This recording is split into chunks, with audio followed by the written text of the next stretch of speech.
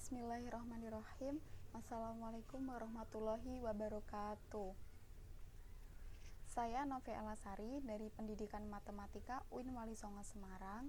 Di video kali ini saya akan menjelaskan tentang penerapan fungsi nonlinier dalam bidang ekonomi dalam mata kuliah Matematika Ekonomi. Yang akan kita bahas dalam video kali ini yaitu permintaan, penawaran, dan keseimbangan pasar. Oke, langsung saja. Permintaan, penawaran, dan keseimbangan pasar. Selain berbentuk fungsi linier, permintaan dan penawaran dapat pula berbentuk fungsi nonlinier.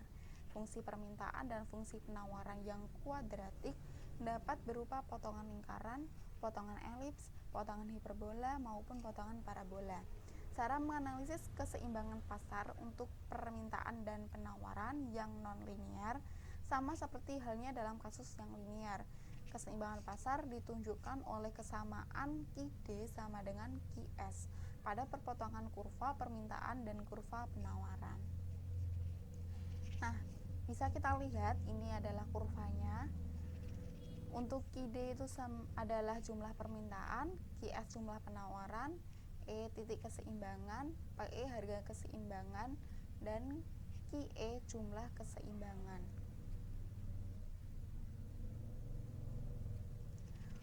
Kemudian analisis pengaruh pajak dan subsidi terhadap keseimbangan pasar juga sama seperti pada kondisi linier. Pajak atau subsidi menyebabkan harga jual yang ditawarkan oleh produsen bertambah, tercermin oleh berubahnya persamaan penawaran sehingga harga keseimbangan dan jumlah keseimbangan yang tercipta di pasar pun berubah.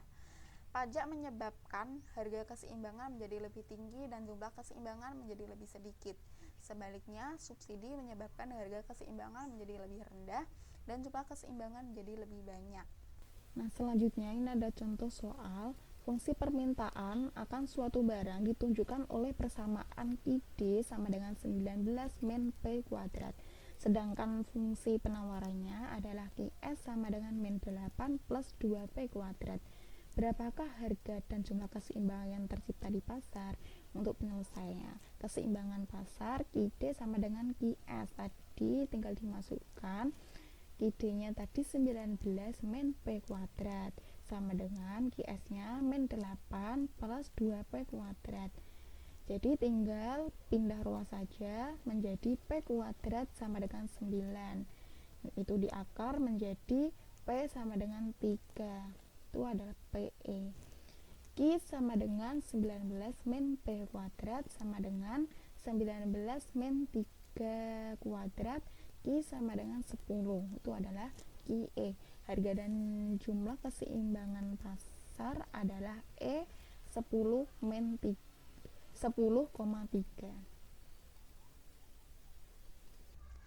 Jika misalnya terhadap barang yang bersangkutan dikenakan pajak spesifik sebesar Rp1 per unit, maka persamaan penawaran sebuah pengenaan pajak menjadi QS aksen sama dengan min 8 plus 2P min 1 kuadrat sama dengan min 8 plus 2P kuadrat min 2P plus 1 sama dengan min 6 min 4P plus 2P kuadrat.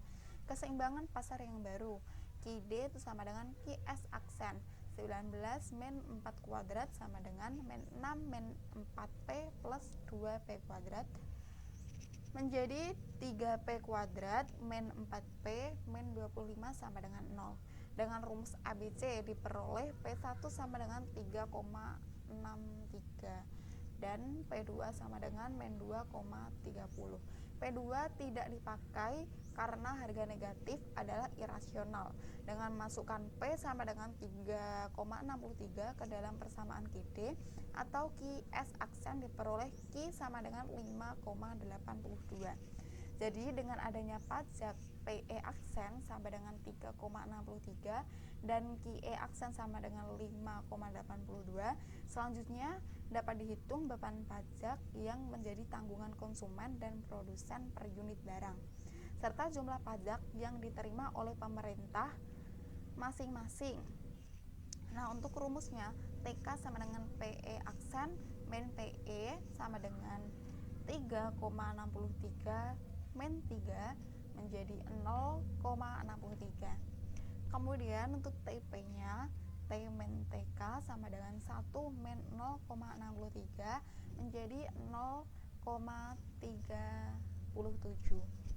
Untuk T sama dengan QE aksen kali T sama dengan 5,82 dikali 1 menjadi 5,82. Selanjutnya, fungsi biaya. Selain pengertian biaya tetap, bilangan variabel dan biaya total, dalam konsep biaya dikenal pula pengertian biaya rata-rata dan biaya marginal. Biaya rata-rata adalah biaya yang dikeluarkan untuk menghasilkan tiap unit produk atau keluaran, merupakan hasil bagi biaya total terhadap jumlah keluaran yang dihasilkan. Adapun biaya marginal ialah biaya tambahan yang dikeluarkan untuk menghasilkan satu unit tambahan produk. Untuk biaya tetap bisa dilihat untuk biaya tetap, biaya variabel, biaya total, biaya tetap rata-rata, biaya variabel rata-rata, biaya rata-rata, biaya marginal. Ini rumusnya bisa dilihat sendiri, bisa dipahami sendiri. Kemudian untuk bentuk nonlinier dari fungsi biaya pada umumnya berupa fungsi kuadrat, parabolik, dan fungsi kubik. Hubungan antara biaya total dan bagiannya secara grafik dapat dilihat sebagai berikut. A. Biaya total merupakan fungsi kuadrat parabolik. Andaikan C itu sama dengan A Q kuadrat min B Q plus C, maka VC sama dengan AQ kuadrat min BQ dan FC sama dengan C. Maka AC sama dengan C per Q sama dengan AQ min B plus C per Q. Untuk AVC sama dengan VC per Q sama dengan AQ min B. AFC sama dengan VC per Q sama dengan C per Q. Kemudian B, biaya total merupakan fungsi kubik. Andaikan C sama dengan AQ kuadrat min BQ kuadrat plus CQ plus D, maka VC sama dengan AQ kubik per min BQ kuadrat plus CQ dan VC sama dengan D. Maka AC sama dengan C per Q sama dengan AQ kuadrat min BQ plus C plus D per Q. Untuk AVC sama dengan VC per Q sama dengan AQ kuadrat min BQ plus C. Dan kemudian AVC sama dengan VC per Q sama dengan D per Q. Kemudian ini ada contoh soal.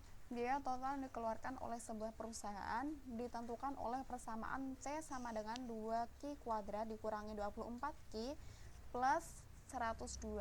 Pada tingkat produksi, berapa unit biaya total ini minimum, dan hitunglah besarnya biaya total minimum tersebut. Hitung pula besarnya bilangan tetap, biaya variabel, biaya rata-rata, biaya tetap rata-rata, dan biaya variabel rata-rata pada tingkat produksi tadi. Selanjutnya, seandainya dari kedudukan ini produksi dinaikkan dengan 1 unit, berapa besarnya biaya marginal? Nah, ini penyelesaiannya. Berdasarkan rumus titik ekstrim parabola, C minimum terjadi pada kedudukan I sama dengan min B per 2A sama dengan 24 per 4 menjadi 6 unit. Besarnya C minimum sama dengan 2Q kuadrat min 24Q plus 102 sama dengan 26 kuadrat per 24 dikali 6 plus 102 sama dengan 30. Atau C minimum dapat juga dicari dengan rumus ordinat titik ekstrim parabola, yaitu C minimal sama dengan B kuadrat dikurangi B kuadrat dikurangi 4AC per min 4A sama dengan 24 kuadrat min 4 dikali 2 dikali 102 per min 4 dikali 2 sama dengan min 240 per min 8. menjadi 30. Selanjutnya pada Q sama dengan 6, FC sama dengan 102, VC sama dengan 2Q kuadrat min 24Q sama dengan 2 dikali 6 kuadrat min 24 dikali 6 sama dengan min 72. AC sama dengan C per Q sama dengan 30 per 6 sama dengan 5. AVC sama dengan VC per Q sama dengan min 72 per 6 menjadi min 12. AFC FC per Q sama dengan 102 per 6 menjadi 17. Jika Q sama dengan 7 dan C sama dengan 2 dikali 7 kuadrat min 24 dikali 7 plus 102 sama dengan 32, maka MC delta C per delta Q sama dengan 32 min 30 per 7 min 6 sama dengan 2.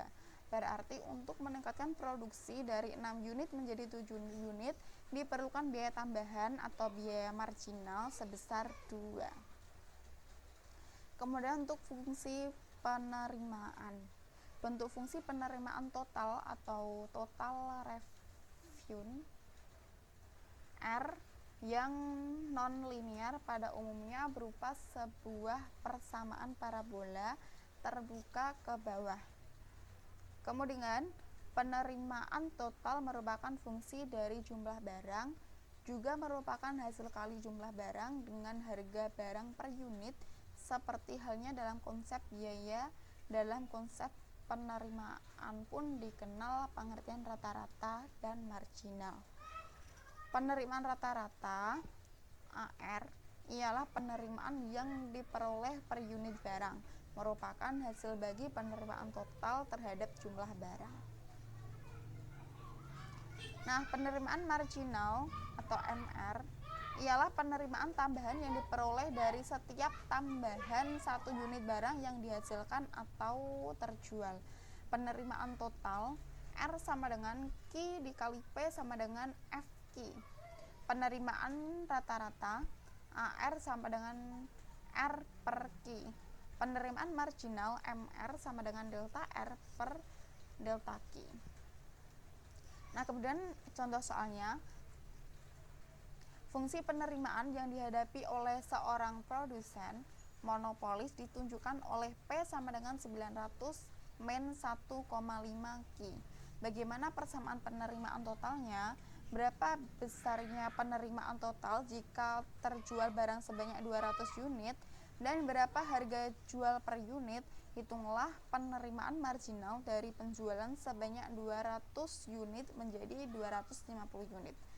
Tentukan tingkat penjualan yang menghasilkan penerimaan total maksimum dan besarnya penerimaan maksimum tersebut. Untuk penyelesaiannya, P sama dengan 900 min 1,5 Q, maka R sama dengan Q dikali P sama dengan 900 Q min 1,5 Q kuadrat. Jika Q sama dengan 200, R sama dengan 900 dikali 200 min 1,5 dikali 200 kuadrat sama dengan 120.000. P sama dengan 900 min 1,5 dikali 200 sama dengan 600, atau P sama dengan R per Q sama dengan 120.000 per 200 sama dengan 600. Jika Q sama dengan 250, R-nya sama dengan 900 dikali 250 min 1,5 dikali 250 kuadrat menjadi 131.250. Kemudian untuk MR atau marginal sama dengan delta R per delta Q sama dengan 131.250 dikurangi 120.000 per 250 dikurangi 200 menjadi 225. Kemudian untuk R-nya sama dengan 900 Q min 1,5 Q kuadrat. R maksimum pada Q sama dengan min 6 per 2A sama dengan min 900 per min 3 sama dengan 300.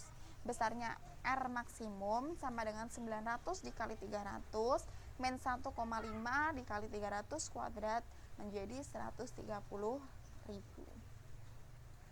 Kemudian untuk keuntungan, kerugian, dan pulang pokok.